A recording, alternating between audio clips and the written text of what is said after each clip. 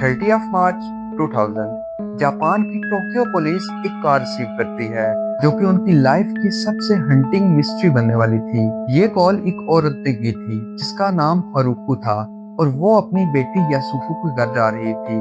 क्योंकि वो सुबह सुबह उसके घर जा रही थी तो वो सुबह से उसको फोन कर रही थी, लेकिन उसको कोई भी जवाब नहीं मिल रहा था और ये नॉर्मल बिल्कुल भी नहीं था। जब हारुको वहां पहुंचती है तो वो दरवाजा नॉक करती है, लेकिन कोई भी दरवाजा नहीं खोलता। स्पेयर की से अंदर जाने पर वो देखती है कि घर बुरी तरह बिखरा पड़ा है और जब उसकी नजर सीढ़ियों की तरफ पड़ती है तो वहां उसके दामाद मिकियो की खून से लथपथ डेड बॉडी मिलती है। जब वो थोड़ा और आगे जाती है तो उसकी सांसें फूल जाती हैं क्योंकि वहां उसकी बेटी, उसका पोता और उसकी पोती की बॉडी पड़ी मिलती है। आखिर क्या हुआ था उनके साथ? ये केस ह्यूमन हिस्ट्री का one of the most disturbing unsolved mystery बन गया। Welcome back to another case study with me.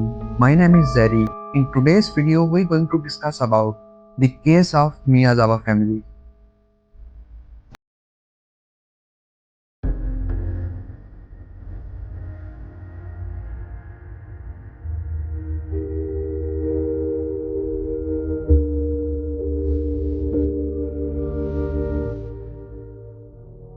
इस केस की शुरुआत 1990 से होती है जब मियाजावा फैमिली पहली बार सिटागाया टोक्यो में शिफ्ट होते हैं। सिटागाया उस टाइम टोक्यो का सबसे बड़ा डिस्ट्रिक्ट था और यहाँ 200 से ज्यादा फैमिलीज रहती थी। ये जगह एक टिपिकल फैमिली के लिए परफेक्ट थी। ज्यादा भीड़ नहीं, शोर से दूर और शिनागावा रिवर पास होने की वजह से माहौल और भी ज्यादा पीसफुल था। मियाजावा फैमिली यहाँ बहुत ज्यादा खुश थी। उनका घर बाकी घरों जैसा बिल्कुल नहीं था। उन्होंने इस घर को खुद डिजाइन करवाया था। यासुको की बहन जो कि एक डिजाइनर थी, उसने इस डिजाइन को फाइनलाइज किया था। बाहर से देखने पर यह घर बहुत बड़ा नजर आता था, लेकिन असल में एक ही प्लॉट पर दो घर बने हुए थे। एक घर में यासुको और उसका हस्बैंड रहता था और दूसरे घर में यासुको की मदर रहती थी। मिकियो मियाजावा अपनी ग्रेजुएशन के बाद अपने फादर की एक एडिटिंग प्रोडक्शन कंपनी में वर्क करता था, लेकिन यहाँ आने के बाद उसने एक इंटरनेशनल कंपनी को ज्वाइन कर लिया था और यहाँ वो एक कॉर्पोरेट आइडेंटिटी डिपार्टमेंट का लीडर था। यासुको मियाजावा अपने घर पे ही रहती थी, लेकिन टीचिंग का शौक होने की वजह से वो अपने घर के फर्स्ट फ्लोर पर ही एक क्रैम्प स्कूल चलाती थी। ये एक प्राइवेट ट्यूशन जैसा होता था जहाँ बच्चों को कॉम्पिटिटिव एग्जाम्स की तैयारी करवाई जाती थी। फाइनेंशियली दोनों बहुत ज्यादा अच्छा कर रहे थे।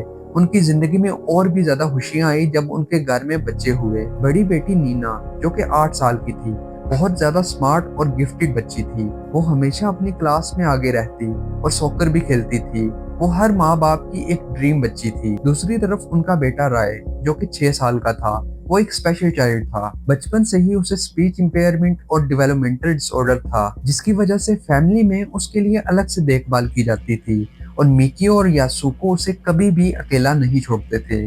उनके घर का स्ट्रक्चर बहुत इंटरेस्टिंग था। 3 floor plus attic. First floor पर क्रैम्प ट्यूशन चलती थी जहाँ स्टडी एरिया और रिसेप्शन रूम था। यहाँ कंप्यूटर और बुक शेल्फ रखे हुए थे।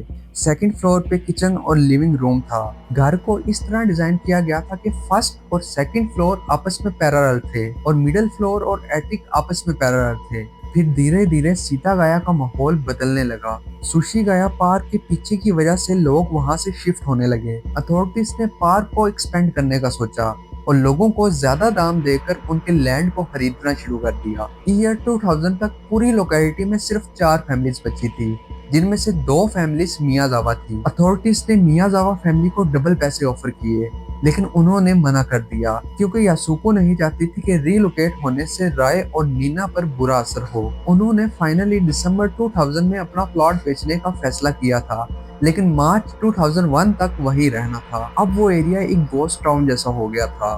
बस पीक आवर में ही भीड़ आती थी और कुछ दिन पहले ही वहाँ कुछ अजीब सी चीजें होना शुरू हो गई थी। मिकियो ने कुछ रूड टीनेजर से कन्फ्रंटेशन भी की थी जो कि पार्क में शोर मचा रहे थे। यासुको ने कई बार एक अननोन कार को अपने घर के बाहर देखा और यहाँ तक के एरिया में स्ट्रे एनिमल्स को हार्म किया जा रहा था। शायद ये एक तरह से साइन था, लेकिन किसी ने भी इस चीज को सीरियसली नहीं लिया। 30 दिसंबर 2000 पूरी दुनिया नए साल, नई सेंचुरी का इंतजार कर रही थी। जापान में न्यू ईयर एक बहुत बड़ा फेस्टिवल होता है। कई फैमिलीज तो कई दिन पहले ही इस चीज की तैयारी करना शुरू कर देते हैं। मियाजावा फैमिली भी न्यू ईयर की तैयारी के लिए घर से शॉपिंग के लिए निकलते हैं। मिकियो और यासुको के लिए ये एक रेयर मोमेंट था, क्योंकि अपने काम में बिजी होने की वजह से वो कभी भी एक दूसरे को और बच्चों को टाइम नहीं दे पाते थे। आज फाइनली उन्हें क्वालिटी टाइम स्पेंड करने का मौका मिला था। शॉपिंग कंप्लीट करने के बाद वो अपने घर लौट आए, क्योंकि पूरा दिन शॉपिंग करने की वजह से वो बहुत ज्यादा थक चुके थे। डिनर करने के बाद उनका कोई प्लान नहीं था और सब अपने अपने रूम में जाकर सो जाते हैं। यासुको और उसकी बेटी नीना एटिक में सो रहे थे, राय मिडिल फ्लोर में सो रहा था और मिकियो अपने फर्स्ट फ्लोर में कुछ कंप्यूटर पर वर्क कर रहा था। रात के 11 बजे मिकियो ने ऊपर से एक आवाज सुनी। जब वो ऊपर जाता है तो एक अनजान शख्स को देखता है। उस शख्स ने मिकियो पर अटैक किया और मिकियो की वहीं डेथ हो गई। फिर किलर ऊपर एटिक में जाता है, जहां यासुको और उसकी बेटी नीना सो रही थी। यासुको अपनी बेटी को बचाने के लिए किलर पर वार करती है, लेकिन किलर बचते हुए उन दोनों को मार देता है। फिर किलर मिडिल फ्लोर पे आता है, जहां राय अकेला सो रहा था। किलर ने उसके गले पर निशान छोड़कर उसकी भी जान ले ली। पूरी रात में किसी को पता तक नहीं चला कि आखिर मियाजावा फैमिली के साथ क्या हो रहा है। फिर अगले ही दिन जब हारुको ने कॉल किया तो किसी ने भी कॉल अटेंड नहीं की, इसलिए वो सीधा उनके घर चली आई। स्पेयर की से अंदर जाने पर वो देखती है कि घर बुरी तरह से बिखरा पड़ा है। जब उसकी नजर सीढ़ियों पे पड़ती है तो वहाँ उसके दामाद मिक्यू की डेड बॉडी मिलती है और ऐसे ही मिडिल फ्लोर पर राय और एटिक में यासुको और नीना की डेड बॉडी मिलती है। फिर वो पुलिस को कॉल करती है। टोक्यो जैसी बड़ी सिटी में पुलिस ऑफिसर्स ने अपनी लाइफ में बहुत सारे मर्डर्स देखे थे, लेकिन मिकियो, यासुको, नीना और राय का मर्डर देखकर वो भी शॉक्ड हो चुके थे, क्योंकि घर के सीन सिर्फ स्केरी नहीं थे बल्कि बहुत से सवाल उठ रहे थे। क्योंकि जब पुलिस ने घर की इंस्पेक्शन की तो वहां उन्हें पता चलता है कि घर में कोई फोर्स एंट्री के निशान नहीं थे। यहाँ तक कि सारे वैल्यूएबल आइटम्स अपनी जगह पर मौजूद थे, लाइक ज्वेलरी, क्रेडिट कार्ड्स और कैश तक भी। लेकिन इस केस में सबसे ज्यादा डिस्टर्बिंग चीज अभी बाकी थी। रिपोर्ट के मुताबिक पता चलता है कि किलर ने कई घंटे मर्डर करने के बाद इस घर में बिताए थे। या तो किलर बहुत ज्यादा केयरलेस था, या फिर किलर को किसी चीज का भी डर नहीं था, क्योंकि किलर ने इस घर का किचन यूज किया। किचन में जाकर उसने खाना खाया, आइसक्रीम खाई, वॉशरूम यूज की, यहाँ तक कि उसने बेड भी यूज किया और यहाँ कई घंटे तक सोया रहा। किलर ने अपने कपड़े तक उस घर में छोड़ दिए थे। डीएनए करने के बाद ये चीज पता चलती है कि किलर की मदर साउथ यूरोपियन थी और किलर का फादर ईस्ट एशियन था। ये कॉम्बिनेशन जापान में बहुत ज्यादा रेयर था, लेकिन कोरिया में बहुत ज्यादा कॉमन था। उसके जूते का साइज 28 सेंटीमीटर था और ये भी जापान में बहुत ज्यादा रेयर था। 100 दिन के बाद घर के बाहर एक जीसस स्टैचू अपीयर होता है। उनके मुताबिक ये स्टैचू ट्रैवलर्स और बच्चों की रक्षा करता है। पुलिस श्योर थी कि ये स्टैचू पहले वहाँ नहीं था, शायद इस स्टैचू को रखने वाला वो किलर ही था। 2 लाख से भी ज्यादा डिटेक्टिव्स ने इस केस पर वर्क किया।